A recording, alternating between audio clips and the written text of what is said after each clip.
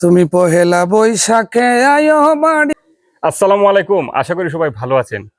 আপনারা জানেন যে ইকরামউদ্দিন ভাইকে নিয়ে একটা ডকুমেন্টারি ভিডিও করেছিলাম। সেই ভিডিও অনেক ভিউ হয়েছে এবং অনেক মানুষ সেখানে কমেন্টের মাধ্যমে তাদের ভালোবাসা জানিয়েছেন। তাই আবারও ইকরামউদ্দিন ভাইকে নিয়ে চলে আসলাম আপনাদের সামনে। তো আজকে তো পহেলা বৈশাখ, সেই পহেলা বৈশাখ নিয়ে কিছু কথা বলবো ইকরামউদ্দিন ভাইয়ের সাথে। ভাই কেমন আছেন? আলহামদুলিল্লাহ, খুব ভালো আছে। পহেলা বৈশাখ সম্পর্কে যদি কিছু বলেন। পহেলা বৈশাখ আমার এইরকম 7-8 বছর পরে বাংলাদেশে আমি এটা সত্যি আমার জন্য ভাগ্যের, যতটুকু মনে জি। করি। আর এই প্রথম পহেলা বৈশাখ উপলক্ষে গত 13ই এপ্রিল 2026 আমি ইকরামউদ্দিন ইউটিউব চ্যানেলে একটা গান রিলিজ করেছি। গানের নামই হচ্ছে পহেলা বৈশাখে আইও বাড়ি। তো এই পহেলা বৈশাখে আইও বাড়ি, আমি গানটা কিন্তু আপনার ফেসবুকে দেখেছি, আমার জি, কাছে অত্যন্ত ভালো লাগছে। তাই ভাবলাম যে আমার যারা দর্শক শ্রোতা আছেন জি। তাদেরকেও আমি এই গানটি শোনাতে চাই, যদি একটু সবার উদ্দেশ্যে বলেন এই গানটি। তুমি পহেলা বৈশাখে আয়ো বাড়ি সোনা বন্ধুরে, পহেলা বৈশাখে আয়ো বাড়ি।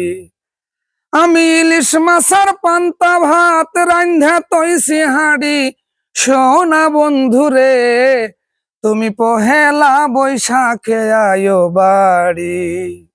মিষ্টি পান খাইয়া বন্ধু ঠুট কইরাছি লাল, তোমার মুখের ঘাম মুছাইয়া দিতে হাতে রাখছি রুমাল।